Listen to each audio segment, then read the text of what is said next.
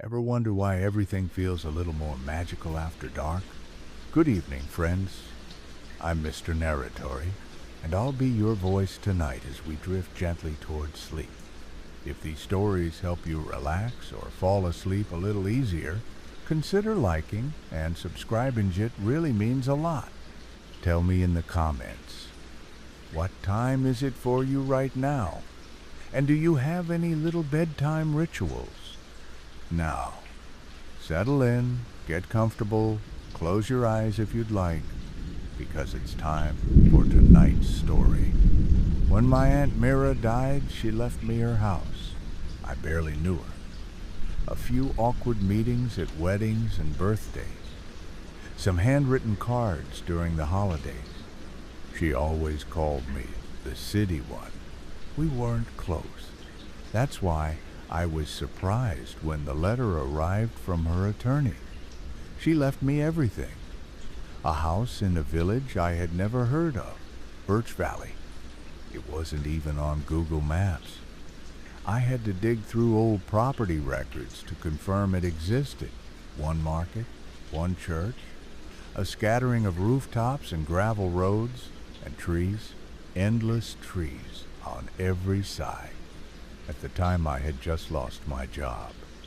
I was living alone in a cramped apartment, tired, frustrated, out of answers, so I said screw it. A free house is a free house. I packed up and drove 5 hours without telling anyone. Just me and my things and a GPS that lost signal 20 minutes before I arrived. Birch Valley was quiet.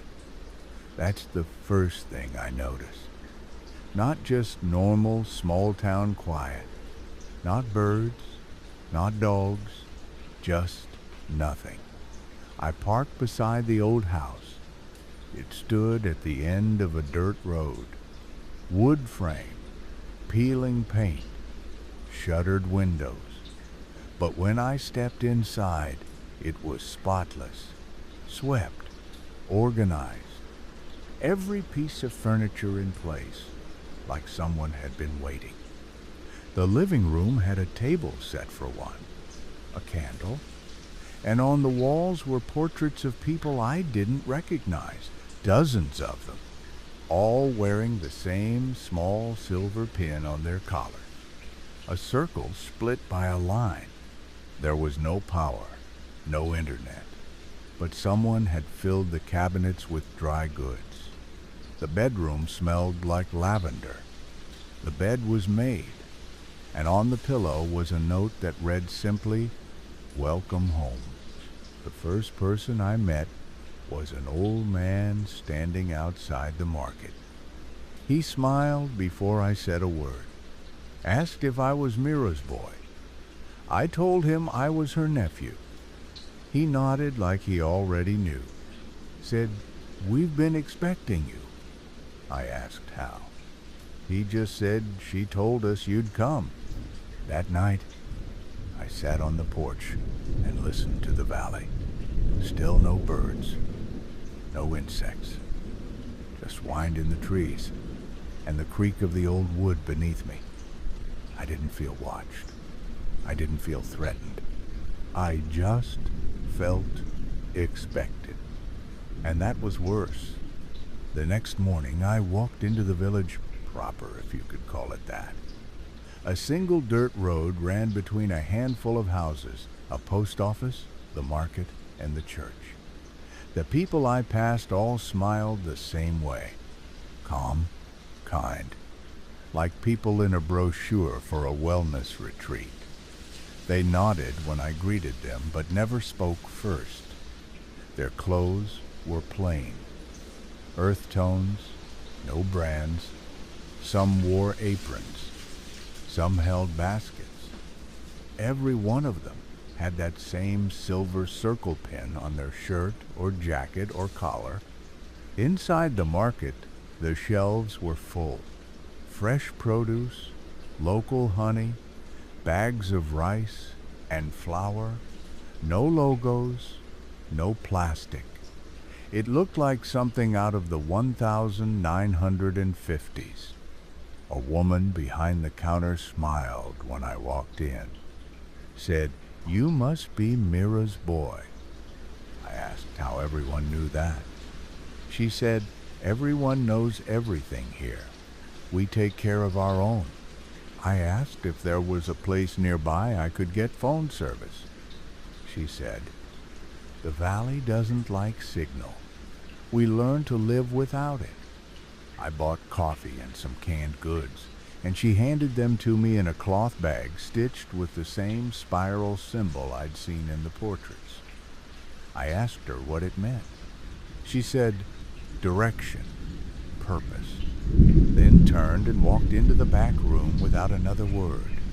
I wandered around the village for the rest of the morning.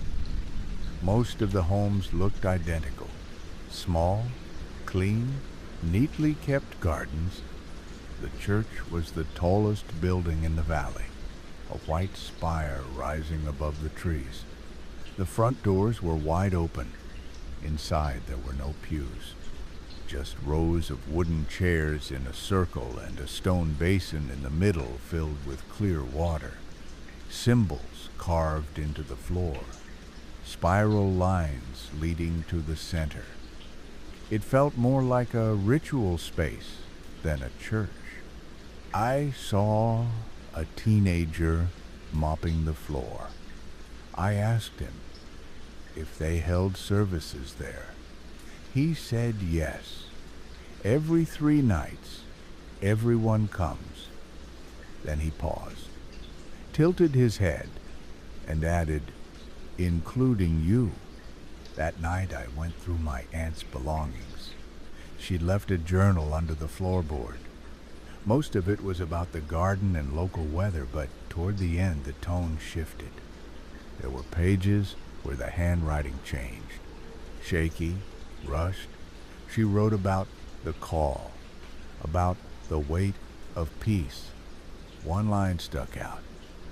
"You don't stay because they trap you. You stay because you forget how to want to leave." I closed the journal and sat in silence. In the distance I heard the soft chime of a bell. 1, 2, 3 times. And outside my window, people were walking slowly down the road, every one of them holding a candle and heading for the church. I told myself I wouldn't go, but when the 3rd bell rang, I found myself already on the porch, the night air, thick with something I couldn't name. Not smoke, not mist, something heavier. The kind of weight that doesn't press on your skin, but on your thoughts. The people walked quietly, all heading the same direction, their candles flickering in sync. I followed them down the dirt road to the church, unsure if it was curiosity or something else guiding my steps. Inside the lights were dim, the candles placed around the room in a perfect circle, the same spiral symbol drawn on the floor in salt or chalk or something pale and soft. Everyone stood around it, not speaking, not moving, just watching as the last person entered. Then the doors closed without anyone touching them, and the room went still. A man stepped into the center, older, with a voice like he'd been speaking in circles for decades. He didn't say welcome. He didn't say pray. He said observe, and everyone obeyed. He walked around the circle slowly, speaking in measured tone, about clarity, about simplicity, about the noise of the world beyond the trees. And the way this valley silenced it, he said, "Peace comes from knowing your place. And here in Birch Valley, everyone has a place." Then a woman stepped into the circle. She looked calm, eyes forward, hands clasped. She said her name was Eliza, and that tonight she would be reborn. The crowd didn't cheer, they didn't speak, They just nodded and stepped back as the man placed his hands on her shoulders and whispered something I couldn't hear. She knelt in the center of the spiral and closed her eyes, and then the candles blew out all at once. Not from wind, not from movement, just gone. Total silence. When the candles relit, Eliza was gone. No one looked surprised. No one asked where she went. The circle simply broke and people began to leave like it was over, like they had just watched something ordinary. Not a disappearance, not a ritual, not an erasure. I stood there frozen, one of the last to move. I asked the man where she went. He looked at me with the kind of patience that makes your skin crawl and said she became part of the piece. That night, I didn't sleep. I kept checking the corners of the room, the windows, the floor, waiting to hear footsteps or see her face reappear. But there was nothing, only quiet and a slip of paper tucked into the crack of my door. It had my name on it, just my name, and the word observed. I packed the next morning without eating, without speaking to anyone. I didn't even bother locking the house. I left the journal on the floor, the candle on the table, the bag in my trunk, and the keys in the ignition. The road out of Birch Valley curved east into the trees, a single-lane gravel path that wound between thick rows of pine and birch, and for the first 10 minutes I felt relief, the way people do when they leave something behind, something they can't explain, but know is wrong. The first turn was familiar, the second too. By the third, I slowed down because I saw the same fallen log I'd passed before. I kept driving, the sky unchanged. No sun, no movement, just white light through branches. And the fourth turn brought me to the same wooden sign I passed on the way in. Welcome to Birch Valley, painted in fading red. I turned around thinking I'd missed a fork, a hidden path. Something simple. I passed the sign again and again, and then I was back in the village less than 20 minutes after I'd left the same people walking the same baskets in their hands. The same stillness in the air. No one looked surprised to see me again. That night I confronted the old man at the market. I asked him what was going on, why the road looped, why the valley wouldn't let me go. He said something about roots, about how certain places grow inwards, not outwards. He said, Birch Valley wasn't a place you traveled through. It was a place you arrived in and stayed. And then he asked me if I'd ever noticed how quiet the nights were, how well I slept here, how easy it was to forget things. I hadn't slept since the gathering, and he knew that too. I asked him what happened to Eliza. He said she volunteered like everyone else before her, and that one day if I chose, I would too. I told him I never agreed to anything. He smiled and said neither did Mira at first. Back at the house, I checked the walls. Every photo was still there. The faces calm, the eyes soft. Every one of them, with that same silver pin, the spiral, always near their heart. And then I saw something new near the bottom of the last frame. In the corner of the wall was a photo I hadn't seen before. It was me standing on the porch, smiling, holding a candle, and it wasn't a printout or something recent. It was old, faded, like it had been hanging for years. I don't remember posing for it.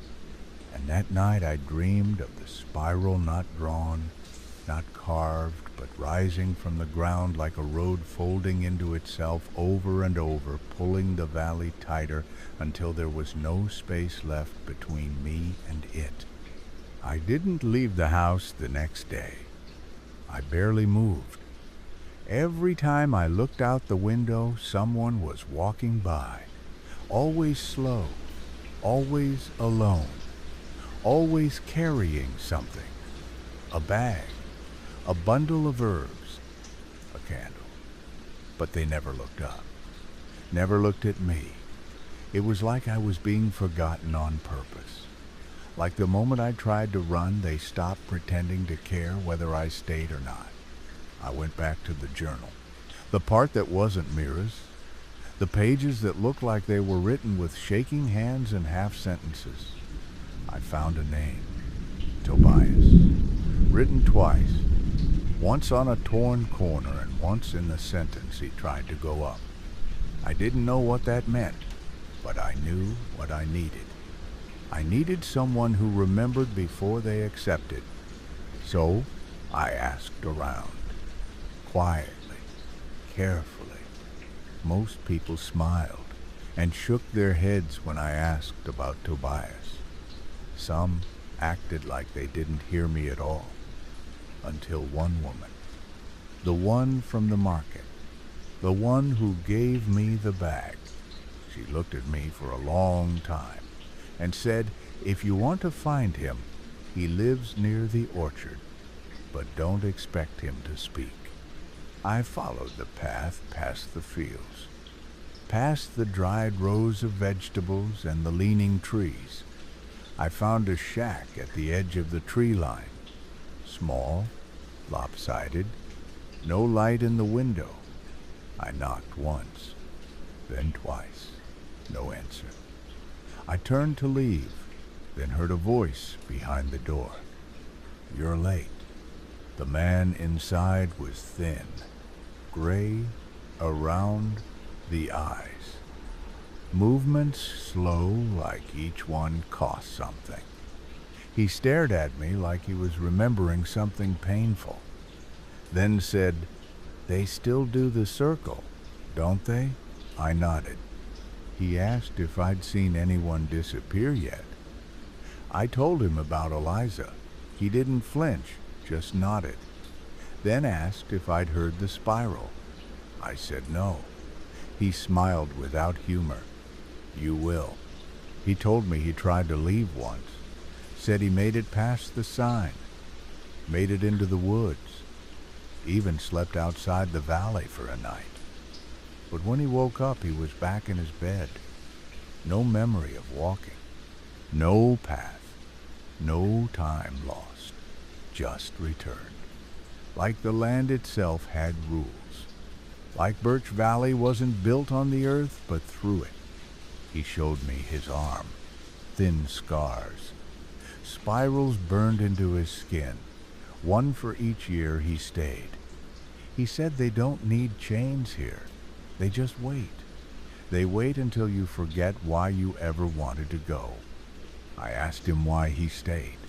He looked out the window and said it's not that I stayed, it's that nothing else exists anymore. When the circle closes, you're either part of it or you're nothing. That night, I found another note under my door. This time, it had no name, just a circle, drawn in red ink, and beneath it a single word. Soon, I didn't wait for the next bell. I was already dressed and standing in the dark when it rang. 1, 2, 3 chimes echoing through the trees like breath held too long. The night was colder than usual. The sky cloudless but without stars. The path to the church was already lined with people, each one holding a candle, each one walking in silence. I joined the back of the line, my hands shaking, heart pounding in a rhythm that didn't feel like mine. This time I didn't pretend to belong.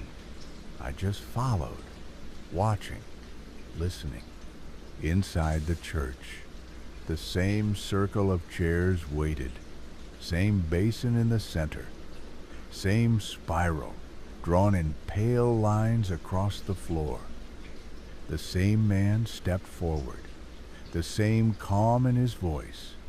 He welcomed us, thanked us for our presence, and said tonight would be special, that tonight someone would take the next step. I scanned the room, looking for a face that didn't match, looking for someone else like me. Then I saw her. The girl was young, no older than 20, standing at the edge of the circle, eyes wide, but not scared. Her hands were clenched, her breathing sharp, and she wasn't holding a candle. The man in the center motioned for her to step forward. She didn't move. He smiled, said her name, Clara, and said it was time. She stepped back. It happened fast. 2 men stepped out from the crowd, moved toward her, calm, not aggressive, like it was normal, like it was part of the script. She screamed. It broke everything. The sound shattered the silence like glass. People flinched. A few dropped their candles. Clara turned and ran, not out the door, not toward freedom. She ran toward the wall, toward the windows, and threw her body through the glass. I followed her without thinking. By the time I got outside, she was gone, running into the trees, barefoot, bleeding. I chased her, branches cutting my arms, roots grabbing at my feet, but I kept going. She didn't stop until we reached the edge of the clearing. She collapsed near an old fence post. I dropped beside her, tried to catch my breath, asked if she was okay. She looked at me with wild eyes and said I thought they'd forgotten me. Then she asked who I was. I told her I didn't know anymore. We sat in silence. Somewhere behind us, bells rang again. 4 times. Clara grabbed my arm and said, we can't go back. If they finish the circle, we disappear. I asked her how she knew.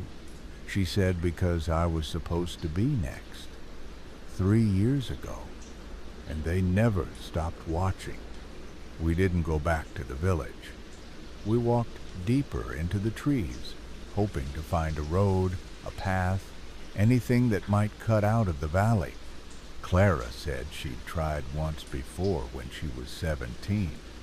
Said she made it to the outer ridge, but there was always something that turned her around. I told her about the loop, about the road that brings you right back no matter how far you drive. She said she knew. She'd seen others try. One man walked for 2 days straight, found himself sitting in his kitchen with muddy boots and no memory of how he got there. We walked in silence for hours. The forest got denser. The birds never returned, not one sound except our feet and our breath. At some point, the light changed. Not darker, not lighter, just different. Like the trees filtered the color out of everything. I stopped to check my phone even though I knew it wouldn't work. The screen was black, dead, not even a battery icon. I looked at Clara. She already knew. She said we were being watched. At first I thought she meant the people, but she shook her head. Not them, not yet. The woods themselves. She said the forest isn't just background here. It's part of it, part of them. That's why the buildings never rot, why the paths stay clean. The valley doesn't allow decay. It keeps everything in place, including us. We found an old trail carved between stone markers covered in moss, spiral symbols etched into the sides. Not new, ancient. She said we were near the border. Not a wall, not a fence, just a feeling, like walking through pressure. The closer we got, the heavier the air became. My ears rang, my teeth ached. Clara started crying quietly, said it was the same as before. Then we saw the lights, small flickers between trees, moving, holding shape. The people of Birch Valley, dozens of them, spread wide in a line like a net being drawn across the woods. No shouting, no running, just slow, deliberate movement. They knew we were here. They had been following since the church, maybe longer. We ran. We didn't think. We just moved. The trees bent around us. The roots rose underfoot. The trail vanished. But we didn't stop. We ran until our lungs burned, until the lights were gone, until it was just us again. We collapsed near a stone, outcropping covered in old ivy. Inside was an opening, a cave maybe, too small to stand in, but big enough to hide. We crawled in without speaking, without breathing. We stayed there for hours, long after the footsteps stopped, and as I drifted off in the cold, I felt something beneath me. A carving in the stone, not a spiral, just words. It said, "There is no outside." We woke just after dawn, if you could call it that. The sky outside was pale but never bright. The cave had gone silent again. No wind, no birds, just the sound of our breathing. Clara was still curled up next to me, her face pale, eyes open and tired. We didn't speak. We just listened, hoping we wouldn't hear footsteps, hoping we weren't already surrounded again. I shifted to sit up and felt something sharp beneath my hand. Not a stone, but metal. I brushed the dirt away and found a small latch set into the rock floor. It wasn't part of the cave, not natural. It had been built, sealed, then hidden. I looked at Clara. She nodded. We pulled it open and found a box wood-rotted metal hinges, rusted but still intact inside. Were papers, old maps, a compass with a cracked glass face, a bundle of photos, and a journal smaller than Mira's, but written in the same style. On the first page was a name, Marcus Perrin. The date underneath was from 1972. The journal was filled with sketches, diagrams, floor plans, the entire valley drawn from above the roads, the houses, the church, the woods, even elevation lines. And tucked into the center fold was the map, the real one, a full layout of Birch Valley, not as it looked, but as it was shaped. Every path, every structure built into a perfect spiral, everything designed to lead inward back toward the church, toward the circle at the center. I understood then why no one left, why no road worked, why every step forward was a step deeper, because the entire village was a spiral. And no matter where you ran, you were always being pulled back to the middle. Clara traced the lines with her finger, her voice shaking. She said, "It's not just the valley, it's what it's built on." I asked what she meant. She flipped the map over, and on the back was a symbol, not the spiral, something else and older. Mark 8, sigil, like a knot made of bones, and written beneath it the phrase, "Here lies the silence." I didn't understand it, not fully, but I felt it. Whatever the village was built on, whatever they worshipped, it wasn't faith, it wasn't peace, it was obedience. Complete removal of self until the only thing that mattered was the shape and your place in it. We took the map, packed the journal, and ran, this time, We didn't head toward the village. We followed the old markers. Instead, the spiral stones, but in reverse. Out, not in. Clara said if we go far enough and don't stop, we might cross the edge where they can't follow, where the air loses its weight.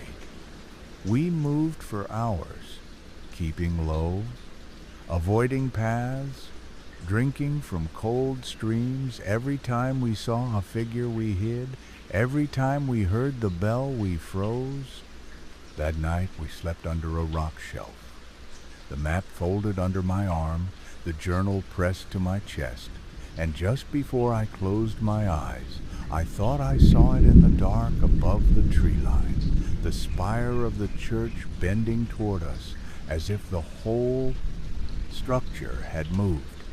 We should have kept moving, but something about the spire stayed with me, the way it leaned, the way it seemed to stretch through the trees, like it wasn't just a building anymore, like it had roots and bones. We studied the map again that morning, our fingers tracing the lines over and over, and every time we reached the middle, the ink was darker, heavier, like someone had redrawn it too many times.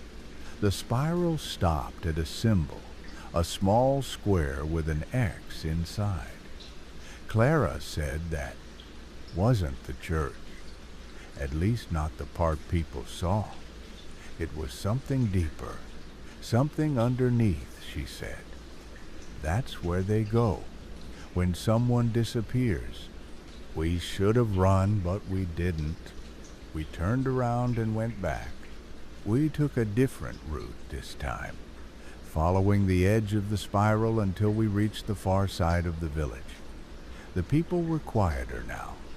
Not many outside those we passed. Looked at us without blinking. No smiles, no words, just a calm kind of stillness. Like they had already counted us. As gone, like we'd already joined them. We slipped into the church during dusk, while the bells rang for a gathering. But no one entered. This time, the chairs were gone. The basin empty, the spiral on the floor scrubbed clean. Clara led me to the back, past the altar, through a wooden door, and down a narrow staircase that smelled like rust and wet earth. At the bottom was a corridor, carved into stone lined with candles that hadn't been lit in years, but the wax was still fresh, still soft. There were markings along the walls, small handprints, spirals, symbols carved deep and layered over each other, as if generations had tried to speak and no one had ever listened. At the end was a door iron thick, locked with a bolt, but old. We broke it open, and behind it was the center. The room was round, smooth stone, lined with shelves, and each shelf held a single item, a photo, a trinket, a scrap of cloth, a tooth, each one labeled with a name, dates beneath. Most of them ended with a dash. No second year, no death recorded, just silence. In the center of the floor was a pit, not deep, but wide, lined with polished black stone and filled with ashes, gray and white. Some still clinging to shape a hand here, a spine there, and above the pit hung that same symbol we'd seen on the back of the map. Not the spiral. The other one, the knot of bone. Clara whispered, "This is what they protect. This is what they feed." I asked her what it was. She said, "It doesn't matter what it is, only what it wants. And what it wants is quiet. No memory, no struggle, just surrender." We heard footsteps above, soft, slow, the spiral drawing in again. The air grew warmer. The candles flickered to life without touch. Clara grabbed my hand, said we had to make a choice now. Become part of the silence, or burn it all down. We didn't speak again until we reached the top of the stairs. The air above the church had changed. It wasn't silent anymore. It was too still, too intentional, like everything was holding its breath, waiting for us to act. Clara's hand was trembling, but her eyes were clear, focused. I asked her if she was ready. She said no, but that didn't matter. It never did. We crept out the side door into the dark, and no one stopped us.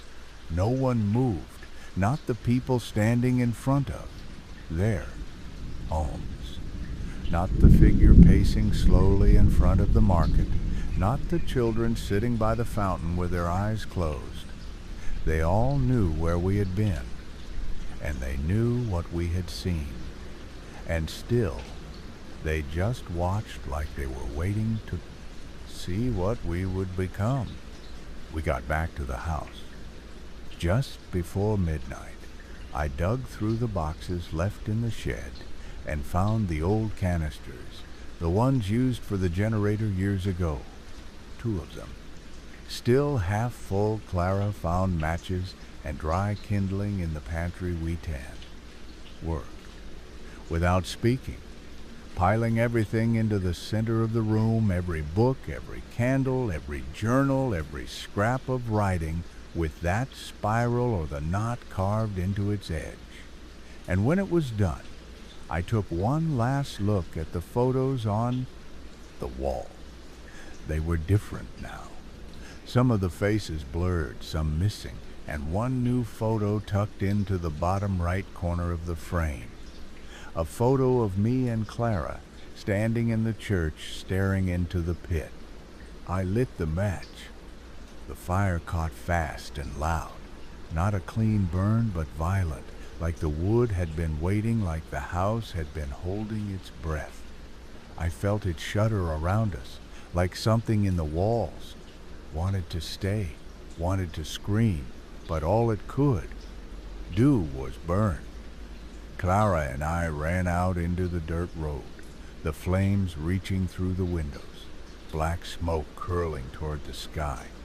And in the glow we saw them, the villagers standing in a ring around the property, not stopping us, not saving it, just watching, with their heads slightly tilted, mouths closed, eyes glassy as the fire roared. One by one, they turned and walked away. We left before the sun rose. We didn't speak, we didn't pack. We just walked until the trees thinned and the road curved and the sky finally shifted from gray to blue, and then just like that, we were out. No loop, no trick, no spiral. We crossed the edge, and the air felt different, lighter, full of sound again. Birds whined our footsteps on gravel. I don't know how we made it back to the world. Maybe burning the center broke the circle. Maybe we were never meant to stay. Maybe Birch Valley just wanted to be remembered.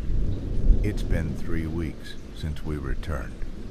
No one's come looking, no one's called, and every night I dream of spirals, not burning, not screaming, just quiet spinning, inward folding over themselves until the world disappears and all that's left is calm.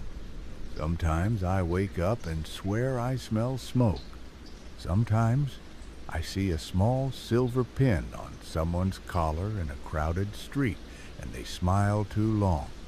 Sometimes I wonder if peace like that ever really leaves, or if once you've been part of the silence, you carry the shape of it forever.